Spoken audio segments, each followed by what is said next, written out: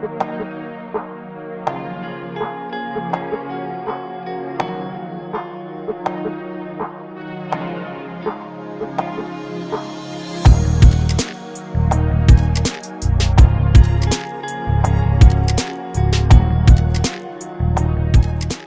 collapse has become a problem in Nigeria.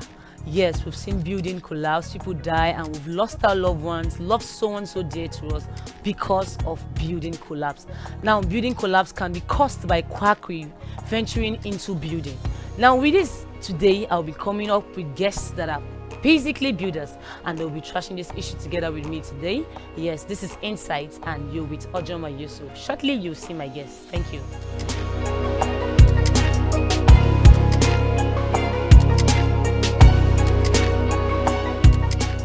Alright, hello everyone, you're welcome to the number one show, Insights. You're with Ojoma Yusuf, and today we'll be talking about building. Yes, I told you before that we are bringing professional builders to the studio today to trash out the issue of building collapse that has been happening all over the world and in Nigeria, here, our own hometown. So this can be avoided and this can be curbed. With me today, I'm having builder Alvary, and he'll be talking with me shortly on this because he is a professional. I'm not good in this, I'm not a builder, so he will tell us what building collapse is all about. So you're welcome to the show, builder Alvary. Thank you. All right, you marked 13th of March as World Building Day or International Building Day, right? Yeah, it's called is the 13th of March is marked in Nigeria. Okay. By the Nigerian Institute of Building. Okay. As Builders Day, observed by the 36 states and FCT. Wow, that's cool. Yeah. Okay. There's a situation ravaging around our nation. Yeah, that is building collapse. It's no more news that we've experienced so many countless building collapse in this country. We have one in Lagos that it was heard all over that we had so many loss of life. Even here in Adamawa, we've recorded one before at Numan that a student was killed at that process. What do you have to say about it? What are the basic reasons for building collapse in Nigeria? Yeah, first of all, before I talk about the basic reasons for building collapse, I want to give a small overview from the Nigerian Institute of Building why we are marking 13th of March every year since 2019. Is one because of the issue of collapse of building. Basically, that was the reason why we see it as a tax before us, we the builders, to mark 13th of March every year as Builders Day, as a result of an incident that happened in Lagos in 2019, killing school children that were below the ages of 15 years untimely, as a result of converting a residential building into a public building. And right before then until date, collapse has been happening.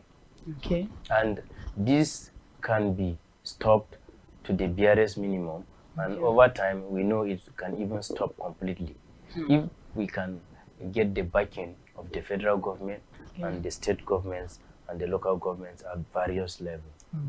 So coming back to your question concerning the root causes of collapse of buildings. The root causes of collapse of building, one of the major root cause is quackery. Quackery has ravaged the industry to the extent that I don't know whether there is a profession that has been ravaged by quackery. Like that of the building. Like that of the building environment. Yeah, you talked about quackery. Sorry, you know, it's not everybody that understands that word called quackery. Now, a layman out there will be confused. When you say quackery, what does that mean? Is it that I'm just picking up someone out there to start building, or it's inside the profession that we have quackery? So what's exactly is quackery? Quackery is like picking someone that has no basic knowledge, basic training in the aspect of education and training of the build environment or the building industry. You know, we have 7 professions in the building industry, and also most of the time when we talk about quackery, the persons involved in this construction process may not even be from these 7 professions. Okay. Yeah, one, that is basically a serious issue, because they don't know how, they don't have much knowledge. It's just because maybe for some years they have been on site as unskilled laborers and observing what is happening. So just one day they wake up and say they are engineers or they are builders, and they want to implement what they don't know how it's been done. They don't know there's a lot of techniques involved. Building. And yeah, not just you thinking that it's just a simple thing. And also we can have quackery also within the 7 profession, where you are having all manner of interests, like personal interest, selfish interest. What is not your own jurisdiction of you work. Want to double into yeah, it. You want to, yeah. For example, as an architect, you don't know much about structures, and you want to go into structural work. That is not your own. It means there will be defaults while building there such will be default building. because he doesn't know where to place the structural members. Maybe he cannot even interpret the structural design. He's not trying to do that. To draw the sketch and so that's why we call that as quackery. All right, that's a very good one. Now I know we've learned, and personally I've learned also that they are quackery. That means it's not just that means it means on my own part now, if I am an architect, I'm not supposed to saddle the whole responsibility of building, because say there are 7 arms of building, in which we have the QS, the builder, the IK, and every of them that I can't mention. The planner and all of that. So one person cannot just come up and say, because I studied a part of this, it means totally I have the right to work on every aspect. So we all have our specified jurisdiction that we are supposed to implement our understanding of what we are taught in school. And as a builder, you are trained to be like a middleman between these 7 professions, because all they do, you have been taught on how to interpret. But despite that, we cannot claim to be architects. We cannot be claiming that we are QS. We cannot claim that we are planners or surveyors. But we have all the basic knowledge already as builders. That is one thing that makes us unique. That's why we are in charge of the building production process. So if we are like the head, let's say overall head. We will not say we are the head, so that there won't be debates, but we are the middlemen. They cannot do without us, all of them. And shortly I would like you to give a word to people that needs building out there. They want to build and then they don't have the full knowledge of how to go after this. So then if you employing a builder now, I'll spend more than just picking a roadside guy that walks out there to just help me do my building. So what's your call to the people out there? What's your advice to them? First of all, I want to counter one of your statements that you said employing a builder you spend more. No. If you are wise as an individual, even though you are a layman, employing a builder, you will save cost. Because one of our core ethics of practice is to build right. Build right, and when you are building right, you consider time, quality, and time management. So by all means, you as a builder, you will be able to try to maximize the cost for production of that building. Yes. So there is no how you involving a builder, you spend more. But rather, if you are trying to cut corners to use someone to implement the building of your structure, you may spend less. At the end of the day, you will revisit this to break down again, project, you have to start building and again. you will spend more by calculating what you have spent initially and then coming back to spend another to maintain, if the building does not even collapse at all. Claiming lives. All right, thank you so much. We are taking this now and then we're going on a break shortly. Mr. Builder Halvary has been here with me. He's a professional builder, and then he has dealt richly on the aspects of building collapse. Yes, and shortly I'm having another guest. He's still a builder, and then we'll be doing this together on how to avoid building collapse in our dear country, Nigeria. You're still with Ojoma Yusuf, and this is Insights. We'll meet you up shortly. Thank you.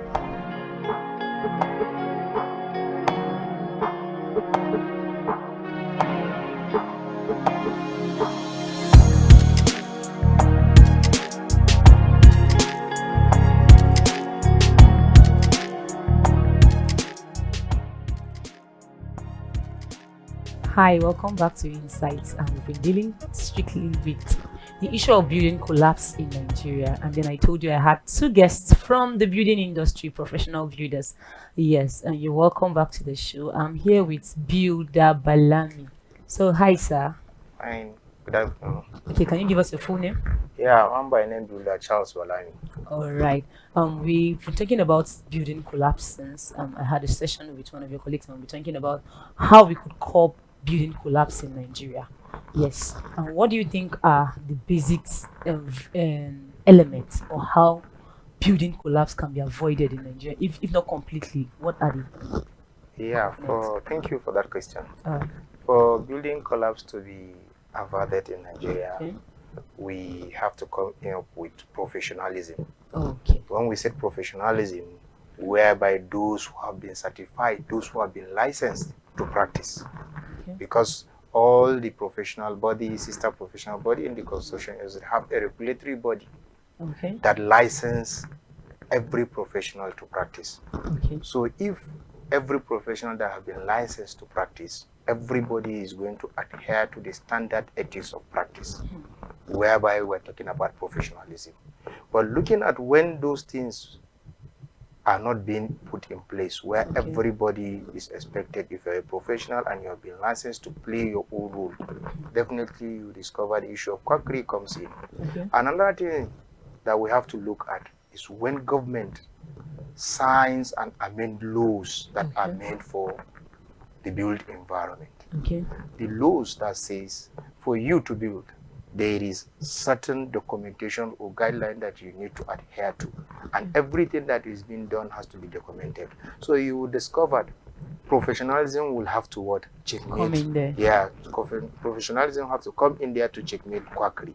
Because if we said who is to do the design, the architect has to do the design, and it has to be a registered architect who append his seal already. Yes, already as a qualified architect. And if the structural engineer has to come in for structural drawing, he append his stamp and seal. Okay. Then when a builder who is mandated with the task of building production processes, yeah, so he also come in as he prepare the construction program, the quality and safety report, the quality management plan. You discover that he also append his stamp and seal for people to know that yes, it is being handled or done by a professional. So once this thing have been done, they are going to checkmate the issue of quackery in the built environment, and virtually every professional will have a role to play. So we are coming on the government to do the needful. Once the needful has been done, once you've signed a law and there's no compromise, you will discover when we're talking about building collapse, these things will be averted to the barest minimum. Okay, so rightly now you're saying you're appealing to the government to at least give a stable rules. Yes. Guiding building. Okay, on this part, professionals should be allowed to handle their part. Professionals should be allowed to take hold of the industry. Yes, we are talking about the fully implementation of the laws. In 2006, you discover that there is this national building code that was signed by the then National Assembly and House of Representatives. But the proper implementation of this law, due to the issue of the quacks, they are sabotaging the effort of the implementation. So by the time it has been implemented, professionalism will have a very good role to play. That is it. Okay. So lastly now, sir, I understand you've already picked out this day just to educate people. 13th of March every year is a day you people come out to cry out to people and say end quackery in building and go for professionals. Now you have a call to people out there so that they will be able to understand that okay, bringing up builders will help the nation, and then it will help us from losing lives, because losing a life alone is something very important to every one of us. The issue that happened in Lagos is still painful to so many of us to date, and we're not happy that people could die like that on the building collapse based on quackery. So I'd like to give your last words to the people out there. What's your advice to people on the aspect of employing quackery instead of taking the professionals for their building? My advice to people is, with the slogan of the Nigerian Institute of Building that says build wisely, build right, engage a professional builder. And we've also tagged this year to say, stop the killing, stop building collapse, engage a professional builder. And once you engage a professional builder, everything will be done rightly. There's this adage that says, when you save money today, on the latter days, you use the money for another thing. So by the time you use a quack and you discover that the quack is there, you are saving money or whatever, at the end you spend more than what you've saved in carrying out maintenance for that particular structure. So we're here to tell people, once you want to build wise, build rightly, engage a professional builder. Okay, I'm sure you all hear him where he said build wisely, engage a professional so you can save a life. Now that building you are about to build, it's taking people's life, like people's life online. So to save people, you have to engage professionals. Thank you very much for following us on the show today. I'm still Ojema Yusuf and have been here with builder Charles Balami. Okay, builder Charles Balami. Thank you for coming around. Thank you. Thank you. I'm so grateful. It's a pleasure indeed. All right. Thank you so much for being with us on the show. I am Ojema Yusuf and this is Insights. Briefly, we talked about building collapse and how it can be averted. And then with the good professionals we have here today, they've trashed it out and they've given their words to you. Employ a professional so you can save a life. Thank you so much.